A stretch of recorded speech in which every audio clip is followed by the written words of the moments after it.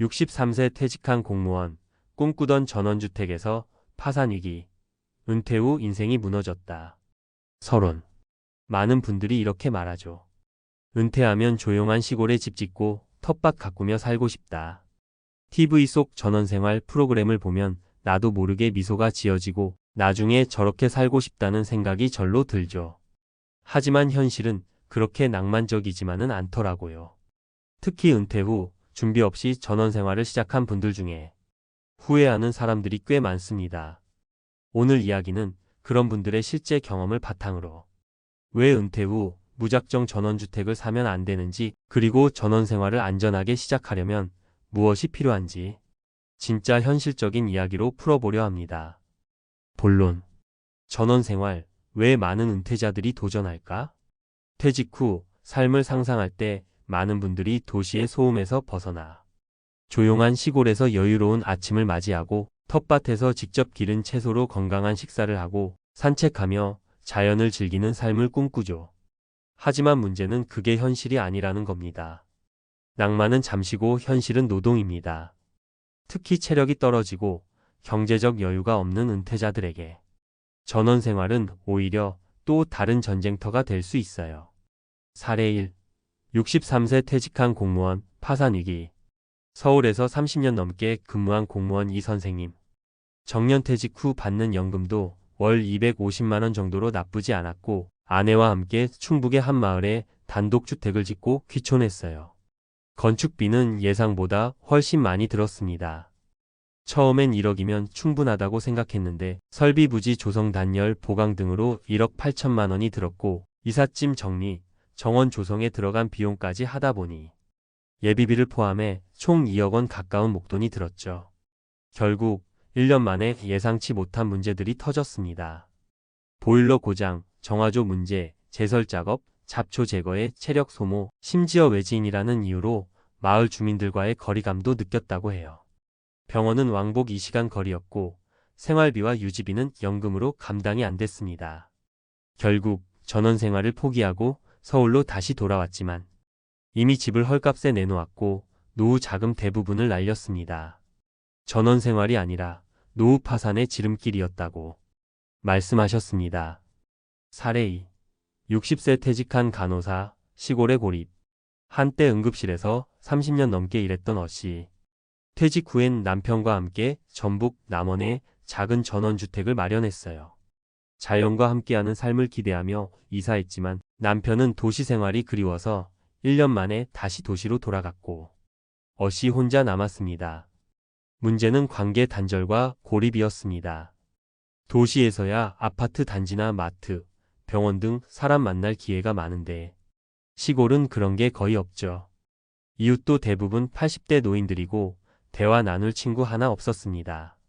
하루 종일 아무 말도 안 하고 지나가는 날이 많았어요. 그 외로움이 심리적인 우울감으로 이어졌고 결국 도시로 돌아왔습니다. 사례 3. 57세 조기 퇴직 후 귀촌한 자영업자, 노동의 늪에 빠지다.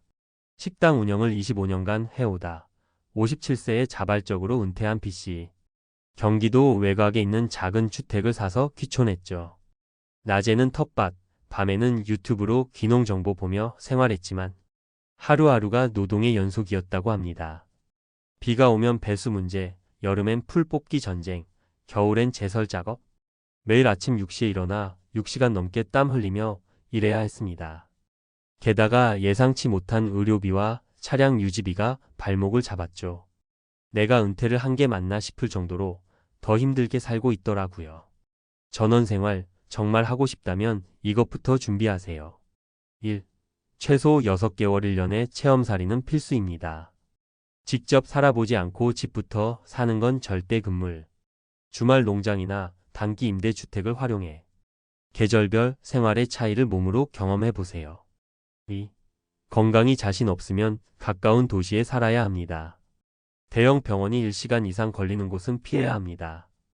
특히 고혈압, 당뇨, 허리디스크 같은 만성질환이 있다면 시골 생활이 삶의 질을 떨어뜨릴 수 있어요. 3. 은퇴 자금과 유지 비용을 계산하라. 집 짓는 데 드는 돈만 생각하면 안 됩니다.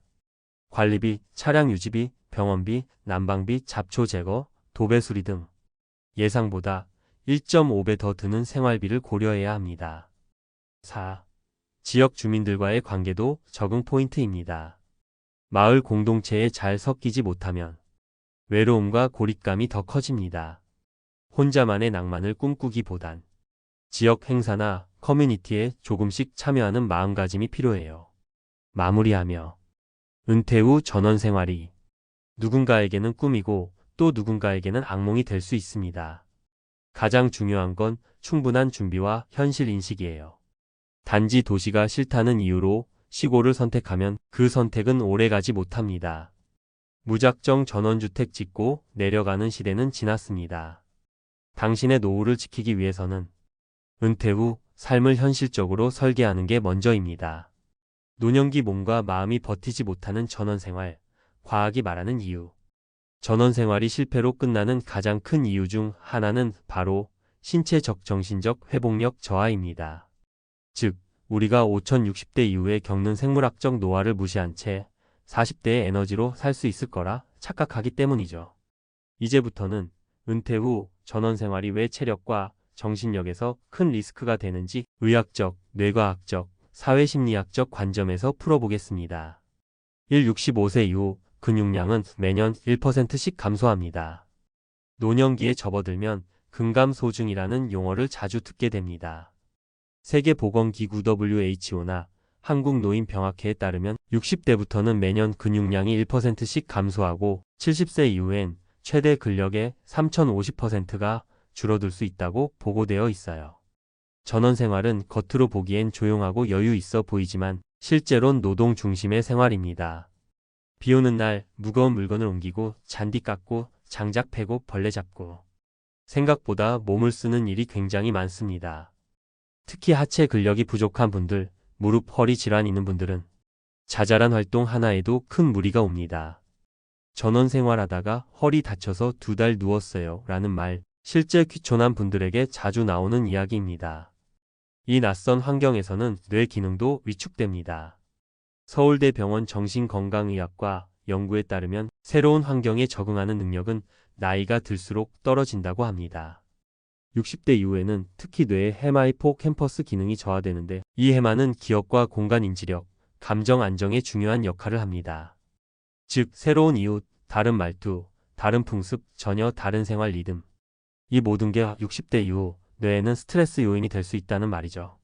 게다가 뇌의 전두엽 이성적 판단, 감정 조절 담당 기능까지 약화되면서 작은 문제에도 쉽게 짜증나고 우울감을 느끼는 경우가 많습니다. 전원 생활에서 외로움과 고립감이 심해지는 이유, 그리고 귀촌 후 1년 내에 다시 도시로 돌아오는 사람이 많은 이유도 바로 이 뇌의 스트레스와 적응 문제 때문입니다. 3. 사회적 연결의 단절은 건강 수명을 단축시킨다. 하버드 의대에서 75년간 진행한 유명한 연구가 있습니다. 노년기의 행복과 건강을 결정짓는 핵심은 무엇인가? 라는 주제로 수백 명을 오랫동안 추적 조사했는데 결과는 양질의 인간관계였습니다. 즉, 병원 지인 커뮤니티 동호회 같은 사회적 연결망이 노인의 우울증, 치매, 심혈관 질환을 줄이고 삶의 만족도를 높이는 데 결정적이라는 거죠. 하지만 전원 생활은 어때요? 도시와 달리 관계 맺을 수 있는 기회가 현저히 줄어듭니다. 심지어 시골에서 외지인은 외톨이가 되기 쉽죠. 그래서 은퇴 후의 전원 생활은 관계 단절에 따른 정신건강 악화와 심리적 고립, 나아가 자존감 저하까지 이어지는 위험이 큽니다. 그렇다면 해법은 없을까? 있습니다. 전원 생활을 꿈꾸더라도 몸과 마음의 한계를 알고 전략적으로 접근해야 합니다. 체력 먼저 챙기기. 귀촌 전에 최소 6개월 이상 유산소 운동, 하체 근력 훈련을 꾸준히 하세요. 가장 좋은 운동은 스쿼트 계단 오르기 빠르게 걷기입니다. 뇌 자극 환경 유지. 귀촌 후에도 독서, 온라인 학습, 글쓰기, 지역 봉사활동 등 두뇌를 지속적으로 자극하는 활동이 필요합니다. 사회적 연결 만들기. 마을 주민과 관계를 맺기 위한 노력을 하거나 도시 친구들과 정기적으로 만날 계획을 유지하세요. 또는 지역 내 커뮤니티 센터, 귀농인 모임 등에도 참여하세요. 결론. 은퇴 후 전원 생활은 환상이 아니라 전략적 선택이어야 합니다. 몸과 뇌, 사회적 관계라는 세 가지 축이 무너지면 그 전원주택은 나만의 고립된 섬이 될 수 있습니다. 그러니 지금 이 글을 보고 계신 분들이라면 무작정 집부터 사는 대신 삶을 설계하는 지혜로운 은퇴자가 되어보세요. 그게 진짜로 행복한 노후 생활을 여는 첫걸음입니다.